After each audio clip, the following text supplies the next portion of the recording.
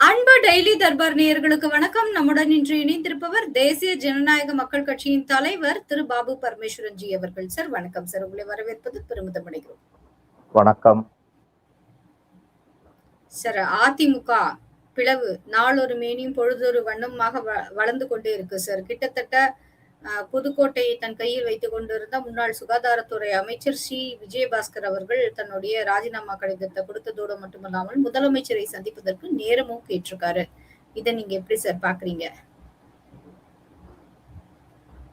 இன்னும் யாரெல்லாம் வருவாங்க? அவளோட இருக்கீங்க போல இருக்கு. நாங்க தாவேக்காவா சார் அவளோட இருக்க? இல்ல, அதாவது ஒரு பெரிய ஆலமரம், அந்த மரத்தை அப்படியே நீங்க வெட்டி வர யூஸ் பண்ண முடியாது. அதை முதல்ல ரெண்டா பிளக்கணும். அதுக்கப்புறம் அந்த ரெண்டு பிளவுல இருந்து பீசஸ உருவாக்கணும். அப்புறம் கொஞ்ச நாள் கழிச்சு அந்த இடத்துல மரம் இருந்த அடையாளமே இருக்காது. இப்ப இது போலத்தான் அரசியல்ல விளையாட்டுகள் நடந்து கொண்டு இருக்கிறது. இந்த அதிமுகவுடைய பிளவு என்பது எப்போ அவர்கள் ஆட்சி பீடத்திலிருந்து இறங்கினார்களோ அதிலிருந்து தொடங்கிடுச்சுமா. இதுல நீங்க இப்ப நம்ம இப்போ குறிப்பிட்ட ஒருத்தரை நம்ம குறை சொல்றதோ இல்ல இவங்கனால இது நடந்துச்சு அப்படிங்கிறதோ நம்மளால ஏத்துக்க முடியாது. ஆனால் ஒரு விஷயம் நன்றாக தெரிகிறது, ஒரு சரியான கரிஸ்மேட்டிக் அட்மினிஸ்ட்ரேட்டிவ் லீடர் அதிமுகவில் இல்லை அப்படிங்கிறத இந்த நடந்து கொண்டிருக்கக்கூடிய நிகழ்வுகள் பொதுமக்களுக்கும் என்னை போன்ற அரசியல் விமர்சகர்கள், கட்சி நடத்துவர்கள் எல்லாருக்கும் புரிய வச்சிருக்கு. மக்களுக்கு நல்லது செய்வதற்காக வருகிறேன்னு சொல்லக்கூடிய அனைத்து அரசியல்வாதிகளும் தன்னுடைய சொந்த சுயலாபத்திற்காக மட்டுமே ஒரு கட்சியில இயக்கத்துல சேர்ந்து மக்களுக்கு பணி செய்வது போல நடிக்கிறார்கள் அப்படிங்கிறது இன்னைக்கு நடந்து கொண்டிருக்கக்கூடிய அதிமுகவில் ஏற்படுத்தப்பட்டிருக்கக்கூடிய பிளவுகள்ல இருந்து தெரியுது. இத உணர வேண்டிய திரு எடப்பாடி பழனிசாமி அவர்கள் தெரிஞ்சே இவங்கெல்லாம் போகட்டோன்னு விட்டு வச்சிருக்காருங்கிற மாதிரிதான் எனக்கு தோணுது. ஏன்னா இது பல முறை இவர்கள் 7 பேர் சந்திச்சது, இவங்களுக்குள்ள ஒரு மீட்டிங் போட்டது, இதை எடப்பாடி கிட்ட போய் நாங்க சொன்னோம்னு சொன்னது, இந்த மாதிரி நிறைய விஷயங்களை அவங்க ஒன்னொன்னா இப்ப ரிலீஸ் பண்ணிட்டு வராங்க. இவர்களுடைய பயணம் எதை நோக்கி இருக்கிறது அப்படின்னு பார்த்தா, அடுத்த சில ஆண்டுகளுக்கு தாவேகாவுடைய ஆட்சி தான் இருக்கும். அந்த ஆட்சியில நம்ம இப்ப போய் சேர்ந்துகிட்டோம்னா பின்னால் வரக்கூடிய தேர்தல்களிலே நமக்கு சீட்டு கிடைக்கும். அப்போ இந்த தாவேகாவுடைய செல்வாக்கினை வைத்துக்கொண்டு நம்ம எளிதாக வெற்றி பெற்று அதன் மூலமாக நாம் மீண்டும் ஆட்சி அதிகாரத்திற்கு வந்துவிடலாம் என்ற ஒரு நோக்கம் இந்த அனைத்து இப்ப ரிசைன் பண்ண, கட்சி தாவின, கட்சியை விட்டு போன எல்லா எம்எல்ஏக்கள், அரசியல்வாதிகள் எல்லார்கிட்டையும் நம்ம பார்க்கிறோம். இதுல ரொம்ப கொடுமையான ஒரு விஷயம் என்னன்னு சொன்னா, ஒரு மக்கள் அந்த ஒரு பகுதியோடைய ஒரு சட்டசபையோடைய தொகுதியில் இருக்கக்கூடிய மக்கள் எங்களுக்கு இந்த கட்சி தான் வேண்டும், இந்த கட்சியோடைய சட்டமன்ற உறுப்பினர் தான் வேண்டும் என்று அவர்களுக்கு வாக்களித்து அந்த வாக்குகளை பெற்று வெற்றி பெற்ற சட்டமன்ற உறுப்பினராகி ஒரு மாதத்திற்குள்ளாகவே ஒரு 4 பேர் ரிசைன் பண்ணிட்டு போய் நின்று இருக்கிறாங்க. இந்த கட்சி தாவல் தடை சட்டம்னு ஒண்ணு மட்டும் இல்லாம இருந்திருந்தா இவங்க அப்படியே ஜாயின் பண்ணிருப்பாங்க. இப்ப அவர்களுக்கு என்ன அளிக்கப்பட்ட உத்தரவாதம்? நீங்க எம்எல்ஏ பதவியை ரிசைன் பண்ணிட்டு வாங்க, இங்க எங்க கட்சியில ஜாயின் பண்ணுங்க, திரும்பி இடைத்தேர்தல் வரும்போது அதே தொகுதியில உங்களை கொண்டு போய் நிப்பாட்டுறோம், மக்கள்லாம் இழிச்சவாய, மக்கள்லாம் முட்டா பசங்க என்ற நோக்கத்தில் தான் இந்த அரசியல் நிகழ்வுகள் நிகழ்வதாக நான் பார்க்கிறேன். இதற்கு முதலில் ஒரு தடை செய்யும் வகையிலே மத்திய அரசு ஒரு சட்டம் கொண்டு வர வேண்டும் என்ற கோரிக்கையை மத்திய அரசுக்கே நான் வைக்க போறேன். ஏமா ஒரு தேர்தல் நடத்துறதுன்னா என்ன விளையாட்டா? எவ்வளவு பிரச்சனைகளை சந்திக்கிறோம், பொதுமக்கள் எவ்வளவு பிரச்சனையை சந்திக்கிறாங்க, வியாபாரிகள் எவ்வளவு பிரச்சனையை சந்திக்கிறாங்க, பள்ளி மாணவர்கள் எவ்வளவு பிரச்சனையை, எவ்வளவு கட்டுப்பாடுகள், எவ்வளவு நிர்வாக செலவுகள், எவ்வளவு போலீஸோடைய இடம் தேவைப்படுது. இதெல்லாம் அசால்ட்டா தூக்கி போட்டு சுய லாபத்துக்காக, அது எந்த கட்சியா வேணா இருக்கட்டும், ஏடிஎம்கே, டிஎம்கே, பிஜேபி பத்தி எல்லாம் நான் பேசல, மக்கள் தேர்ந்தெடுத்த மக்கள் பிரதிநிதியாக 1 மாசம் ஆவறதுக்குள்ள நீ என்ன புடுங்கிறதுக்கு அங்க போன? ஏன் அப்ப முன்னாடியே போய் சேர வேண்டியதானே? தேர்தல் நடக்கிறதுக்கு முன்னாடியே போய் சேர்றதுக்கு உனக்கு என்ன கொள்ள? மக்களை பைத்தியக்காரனாக்கி, தேர்தல் கமிஷனை பைத்தியக்காரனாக்கி, மத்திய அரசாங்கம் இவ்வளவு வரிப்பணத்தை செலவு பண்ணிருக்குமா? வைத்தறிச்சலா இருக்குது. நாட்டுல மக்கள் 10 ரூபாய்க்கு 5 ரூபாய்க்கு திண்டாடிட்டு நின்றுக்கிறான். அவன் பணத்தை கொண்டு போய் வரியா செலுத்திட்டு சோப்புல இருந்து உப்புல இருந்து பேஸ்ட்ல இருந்து வரி கட்டியிருக்கான். மறைமுக டாக்ஸ். அவ்வளவு கோடி மக்கள், கிட்டத்தட்ட தமிழ்நாட்டுல எஸ்ஐஆர் படி 5.25 கோடி மக்கள், எஸ்ஐஆர் இல்லாம 6.25 கோடி மக்கள் கொண்டு போய் கட்டின டாக்ஸ் பணத்தை கொண்டு போய் எலெக்ஷன் செலவுக்கு பண்ணிட்டு 1 மாசத்துல நான் ரிசைன் பண்றேன் அப்படின்னா யார நீ பைத்தியக்காரனாக்குற? இது நான் இந்த எல்லா ரிசைன் பண்ண எம்எல்ஏவையும் நான் கேட்கிறேன். அப்ப என்ன மக்கள் உங்க மேல நம்பிக்கை? நாளைக்கு நீ அதே இடத்துக்கு இதுக்கு இன்னும் முக்கியமான உதாரணம் ஒருத்தர் சொல்றேன். விஜயதாரணின்னு ஒரு அம்மா காங்கிரஸ்ல 3 வாட்டி எம்எல்ஏவா இருந்தாங்க. பாரம்பரியமா காங்கிரஸ் கட்சி. பிஜேபியில போஸ்ட் கொடுப்பாங்கன்னு சொல்லிட்டு அங்க ரிசைன் பண்ணிட்டு பிஜேபியில வந்து நின்னாங்க. பிஜேபியில நின்று தோத்து போனாங்க. இப்ப தாவேக்காக்கு போயிட்டாங்க. இவங்களை ஜெயிக்க வச்சிருந்தா பிஜேபியில இந்த அம்மா என்ன பண்ணிருப்பாங்க? அப்ப பதவி ஆசை, பதவி வெறி பிடிச்சதான் இவங்க எல்லாம் இருக்கிறாங்க. இவங்களை என்ன பண்றது? சார் நீங்க இப்படி சொல்றீங்க. ஆனா அவங்க வந்து பாத்தீங்கன்னா அவங்க வகித்து வந்த எம்எல்ஏவையே ரிசைன் பண்ணிட்டு தான் பாராளுமன்ற தேர்தலுக்கு கொஞ்சம் முன்னர் வந்து பாஜக ஜாயின் பண்ணாங்க. அதையும் நம்ம ஆமா முடிய போற பதவி ஆசையாக இருந்தா அப்படியே கண்டினியூ பண்ணிருக்கலாம். இன்னொரு 2.5 வருஷம் அவங்க காங்கிரஸ் எம்எல்ஏவாவே சட்டசபைக்கு போயிட்டு வந்துட்டு இருப்பாங்க. ஏமா நான் என்ன கேக்குறேன், நீங்க எதுக்கு ரிசைன் பண்ணீங்க?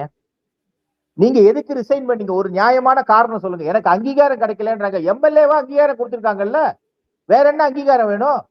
கட்சியில கொடுக்கிற பதவி வந்து வேலிட் கிடையாது. எம்எல்ஏவா தான் சைன் பண்ண முடியும். அந்த பதவியை கொடுத்து 3 முறை பதவி சுகங்களை அனுபவித்த அவர்கள் ஒரு உதாரணமாக சொல்கிறேன். எனக்கு விஜயதாரணிக்கு வாக்காளர் கிடையாது. இதோடைய முன்மாதிரியாகத்தான் இப்போ வந்திருக்குது. 1 மாசத்துக்குள்ள ரிசைன் பண்ணிருக்கிறாங்க. பெருந்துறை எம்எல்ஏ, இந்த 3-4 எம்எல்ஏ. அப்போ நீங்க ஒரு கட்சி சார்பாக மட்டும் இது நடைபெறவில்லை. முன்னாள் முதலமைச்சராக இருந்த பன்னீர்செல்வமே பதவிக்காக டிஎம்கேல போய் சேர்ந்தாரு. அதை விட ஒரு மோசமான நிலவரம் நம்ம தமிழ்நாடு அரசியல்ல பார்த்தது இல்ல. அதான் நான் கேட்டேன், முன்னாள் முதல்வர்னு டிஎம்கே மீட்டிங்ல போடும்போது எப்படி ஓ பன்னீர்செல்வத்துக்கும் ஸ்டாலினுக்கும் ஒன்னா போடுவீங்களான்னு கேட்டேன். யார் முன்னாள் முதல்வர்? 2 பேருமே முன்னாள் முதல்வர்கள் தானே. அப்படி பார்த்தா சீனியர் வந்து ஓ பன்னீர்செல்வம் 3 முறை முன்னாள் முதல்வர் இருந்திருக்காரு. ஸ்டாலினாவது 1 வாட்டி தான் முன்னாள் முதல்வர், 1 முறை டெப்டி சிஎம். அரசியலை கேலி கூத்தாக மாற்றிக் கொண்டிருக்கிறார்கள். அதுவும் எஸ்பெஷலி தமிழ்நாட்டுல. மக்கள் இனியாவது விழித்துக் கொள்ள வேண்டும். இனியாவது விழித்துக் கொள்ள வேண்டும். நாம் தேர்ந்தெடுக்கும் எம்எல்ஏ என்பவர் கட்சி சார்பு இல்லாமல், ஜாதி சார்பு இல்லாமல், மத சமய சார்புகள் இல்லாமல் நல்ல மனிதரா, மக்களுக்கு அவர் சேவை செய்வாரா என்ற பார்த்த பிறகு நீங்க ஓட்டு போடுங்க. போட்டீங்கன்னா மட்டும்தான் உங்க தொகுதியில நடக்கும். இல்லைன்னா உங்க தலையில மண்ணை நீங்களே அள்ளி போட்டுக்கிட்டீங்க. அது எந்த கட்சியா வேணா இருக்கட்டும். சொல்லுங்கம்மா. திமுகல கூட சில இடங்கள்ல பிரச்சனை இருப்பது போல தெரிகிறது. வெளியில தெரியாம அப்படியே ஒரு கட்டுக்கோப்பா கொண்டு போக பாக்குறாங்க. இருந்தாலும் அங்கிருந்தும் எம்எல்ஏக்கள் தாவேகாவுக்கு வருவதற்கு வாய்ப்புகள் அதிகம்னு சொல்றாங்க. நீங்க இது எப்படி சார் பாக்குறீங்க? நான் தான் பொதுவா சொல்லிட்டேனே, தன்னுடைய பதவியை தக்க வைத்துக் கொள்ள வேண்டும்னு நினைக்கிறாங்க. இப்ப திமுகவை பொறுத்த வரைக்கும் அடுத்த ஜெனரேஷனுக்கு உண்டான ஆட்சி, அவங்க கட்சிக்குள்ளேயே ஆட்சி மாற்றங்கள் வந்துகிட்டு இருக்குது. இப்போ உதயநிதி ஸ்டாலின் அவர்களைத்தான் இன்னைக்கு முன்மொழி ஆரம்பிச்சுட்டாங்க. இப்போ தெரிஞ்சோ தெரியாமலோ நம்முடைய முன்னாள் முதல்வர் ஸ்டாலின் அவர்கள் அவருடைய தொகுதியில் தோல்வியை தழுவி இருக்கிறாரு. அப்ப இவர்களுக்கு அடுத்த வரக்கூடிய தேர்தல்ல மணிமகுடம் சூட்டுவதற்கு உதயநிதிக்கு வாய்ப்புகள் மிக பிரகாசமா ஆக்கிட்டாங்க. இப்ப அவர் தோத்ததுனால, அவர் ஜெயிச்சிருந்தாருன்னா அவர் எதிர்கட்சி தலைவர் ஆயிருப்பாரு. சோ இப்ப அவர் தோல்வி விட்டதுனால வழி ஈஸியா போச்சு.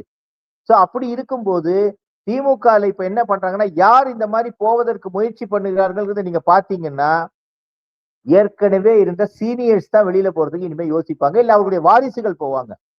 உதயநிதி ஸ்டாலினுக்கு இருக்கக்கூடிய அவருடைய வயது சம வயதை ஒத்தவர்கள், இளைஞர் பட்டாளம் வந்து இதுல ரீட்டைன் ஆவாங்க.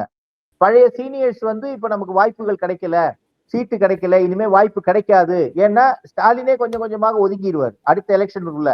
அப்ப என்ன ஆகும்? உதயநிதியோடைய பின்பக்கம் நிற்கக்கூடியவர்கள் மட்டுமே தான் உங்களுக்கு வாய்ப்புகள் அளிக்கப்படும் போது அவங்க இப்பவே தாவேக்கா பக்கம் போவதற்கு காற்றுள்ள போதே தூத்திக்கோங்கிற மாதிரி போறதுக்கு உண்டான முயற்சிகள் நடப்பதாக எங்களுக்கும் செய்திகள் வருகிறது. ஆனால் மீண்டும் சொல்கிறேன், தமிழ்நாட்டு மக்களை முட்டாள்களாக்க நினைக்கிறார்கள் இந்த பதவியில் சுகத்தை அனுபவித்தோம். சார், மீண்டும் ஒரே ஒரு கேள்வியோட நான் இத முடிச்சுக்க விரும்புறேன் சார். இந்த கட்சித் தாவல் தடை சட்டம் இதெல்லாம் பண்ணணும்னு நீங்க சொல்லியிருக்கீங்க. அதனால தான் இவ்ளோ கம்மியாவாவது போயிருக்காங்க. இல்லன்னா முதல்லயே போயிடுவாங்கன்னு சொல்லியிருக்கீங்க. தாவேகா என்ன நினைக்கிறாங்கன்னா, ஆல்மோஸ்ட் இன்னும் ஒரு 4, 5 எம்எல்ஏக்கள எடுத்துட்டோம்னா, மொத்தமா ஒரு இடைத்தேர்தல் வரும். வரும்போது அண்ணா போஸ்ட்டா நம்பளே ஜெயிச்சிடலாம். அப்ப வந்து நமக்கு கூட்டணி கட்சியோட தயவே வேணாம். ஏன்னா கூட்டணி கட்சிகள் இருக்கிறதுனால தானே அவங்க சொல்றத நம்ம கேட்கறதுக்கு நிர்பந்தத்துக்கு ஆளாறோம் அப்படிங்கிற மாரியான ஒரு எண்ணமாக இருக்குமா தாவேகாவுக்கு? அதனால தொடர்ந்து எந்த கட்சியா இருந்தாலும் எம்எல்ஏக்களா இருக்கிறவங்க பிளவுபடுறத நம்ம பார்க்க முடியுதா? இல்ல. தாவேகாக்கு வந்து அந்த எண்ணம் வந்து முன்னாடி இருந்தே இருக்குது. அவர்கள் என்ன நினைக்கிறார்கள் என்றால், டிஎம்கேலிருந்து வந்த கூட்டணி கட்சிகளை அவர்கள் நம்பவில்லை. விஜய் அவர்கள் அவர சுத்தமாவே அவங்கள நம்பல. ஏன்னா, எப்ப வேணா சிபிஐயோ, சிபிஎம்மோ இல்லன்னா அந்த நம்ம விடுதலை சிறுத்தைகளோ வெளில போயிருவாங்கன்னு நெனைக்கிறாங்க. இதுல முக்கியமாக ஐயுஎம்எல் வந்து மந்திரி பதவி வாங்கிட்டாங்க. இவரு வன்னியரசும் விசிகால வாங்கிட்டாங்க. இந்த 2 கட்சிகளும் வேண்டான்னு சொன்னாங்க. அதனால இவர்கள் எந்த நேரம் வேணாலும் வெளியில் செல்வதற்கு அவருக்கு வாய்ப்பு இருக்கிறதுங்கனால, இதற்கு பதிலாக அதிமுகவிலிருந்து வரக்கூடிய எம்எல்ஏக்களை ரிசைன் பண்ண வச்சுட்டு, அதே தொகுதியில மீண்டும் தாவேகா கேண்டிடேட்டாக அவங்கள நிப்பாட்டிட்டு, ஜெயிக்க வச்சுட்டா இவருக்கு ஃபுல் மெஜாரிட்டி வந்துரும். தாவேகாவுக்கே 120 சீட்டு, 120 சீட்டு மெஜாரிட்டி வந்துருச்சுன்னா, அடுத்த 5 வருடத்திற்கு யாரை பற்றியும் கவலைப்பட வேண்டியதில்லை. இல்லன்னா காங்கிரஸ நம்பி பயப்படணும். இப்ப வந்ததுக்கே அவங்க ஒரு ராஜ்யசபா சீட்ட தார வாத்துட்டாங்க. அடுத்த முறை வந்து வரக்கூடிய எம்பி எலெக்ஷன்ல தாவேகா வந்து எம்பிக்களை அனுப்ப வேண்டும் பார்லிமெண்ட்டுக்கு அப்படின்னு நினைக்கும் போது, இந்த எம்எல்ஏக்களுடைய பிரச்சனைகள் இருக்கக்கூடாதுன்னு அவங்க நினைக்கிறாங்க. அப்படி நினைப்பதுனாலதான் இவர்களை நம்பாமல் இவர்கள் வந்து வரக்கூடிய எம்எல்ஏக்களை ரிசைன் பண்ணிட்டு தாவேகால சேர்ந்து உறுப்பினராகி அந்த ஜெயிச்ச தொகுதியிலேயே மீண்டும் தாவேகா கேண்டிடேட் நிற்கணும்னு சொல்லி நினைக்கிறாங்க. இது வந்து தாவேகாவுடைய ஒரு உண்மையான முகம். அரசியல் சரியாக செய்ய தொடங்கிவிட்டார்கள். இவ்வளவு அனுபவசாலிகள் இருந்தும் போக இந்த முறை வெற்றியை தவறவிட்ட டிஎம்கே, ஏடிஎம்கே 2 பேருக்குமே இது ஒரு பாடம். விஜயை சாதாரண ஒரு நடிகராக நினைத்து அவர்கள் ஒதுக்கியதின் விளைவாக இன்னைக்கு அவர் ராஜதந்திரி போல செயல்பட ஆரம்பித்து விட்டார் என்பது என்னுடைய பார்வை. சார், ரொம்ப நன்றி சார். நேரம் பகிர்ந்தமைக்கும், இணைப்பில் இணைந்தமைக்கும் நிறைய தகவல்கள சொன்னீங்க. பொறுத்திருந்து பார்ப்போம் சார். இன்னும் யாரெல்லாம் வராங்க, எந்தெந்த தொகுதிகள்லாம் இடைத்தேர்தல் நடக்க போகுது, தான் தமிழக அரசியல் சாணக்கியர் என்பதை விஜய் நிரூபிப்பாராங்கிறத பொறுத்திருந்து பார்ப்போம் சார். ஒரே ஒரு சிறு விஷயம் சொல்லிடுறோமா? அவர் சொல்லுங்க. விஜய் சொன்னது ஒவ்வொரு மேடையிலையும் தாவேகாவுக்கும் டிஎம்கேக்கும் மட்டும்தான் போட்டின்னு சொன்னதை இப்ப உறுதிப்படுத்திக்கிட்டு வர்றாரு. ஏன்னா ஏடிஎம்கேங்கிற கட்சியே இல்லாம பண்றதா ஒரு பெரிய அசைன்மெண்டா இருக்குது. அவரை பொறுத்தவரை நடந்து கொண்டு நிகழ்வுகள் அப்படி நமக்கு காண்பிக்கிறது என்பதை குறிப்பிட விரும்புகிறேன். Okay sir. நன்றி. நன்றி சார்.